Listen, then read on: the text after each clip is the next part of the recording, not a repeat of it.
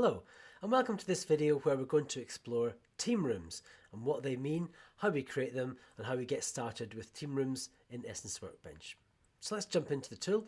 I'm at my home page and as you can see there's not a lot happening. I've got no team rooms but I have got this quick start. Now we saw this before and this is the easiest way to create a team room. I click on the button and it creates me a team room, and inside that team room is a pre-specified set of practices and a pre-specified set of game boards, and the name of the team room is set for me as well. If I want to change the name, I can, and I can also add new game boards and remove them and things like that. And we'll see that more when we talk about game boards in another video. But what if I want an extra practice? What if this isn't enough for me? Let's maybe think about adding a checklists. So I can go and click that Add Practice button, find the Scrum Essentials checklists, and let's say Scrum of Scrums as well, and add those two practices in, and they now appear in my team room. So how else can we create a team room? Well, let's go to our home page, and there's a couple of ways that we can do so. If I click on the Essential Practices collection, that will get me to this page where I can see which practices we have, and clicking on them allows me the option to create a team room. So if we see, for example, that I can create a team room with this Kanban Foundation practice and a blank game board. So I've now got a practice in a team room, and as before I can add another practice. I probably want Team Kanban as well as the Kanban Foundation. So I've now got a team room with two practices and off I go.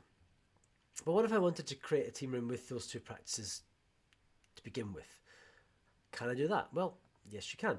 So I could go back to this Essential Practices. I could also click on this plus, or if I'm looking at my team rooms, I can create a team room and it takes me back to this same page. So let's think about a team room with more than one practice, and we call that a composition. So if I click on just one, like say for example Scrum, I can create a team room as we've just seen, or I can add it to a composition. And I can shortcut that process by using this little plus sign. So you can see that's added it to the composition down here. Or if I click on the hexagon, I can add it up here. And I can remove it from the composition if I want to as well. So I can control what's in this composition as I build up the practices that I want to put into my team room. When I've decided which ones I want, I create my team room, and what we end up with is a team room with those practices that I've selected.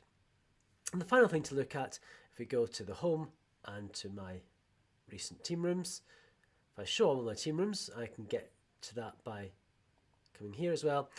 I might decide to delete some team rooms. I click on the X, confirm, and now I can clean up my team rooms and get rid of the ones that I don't need anymore.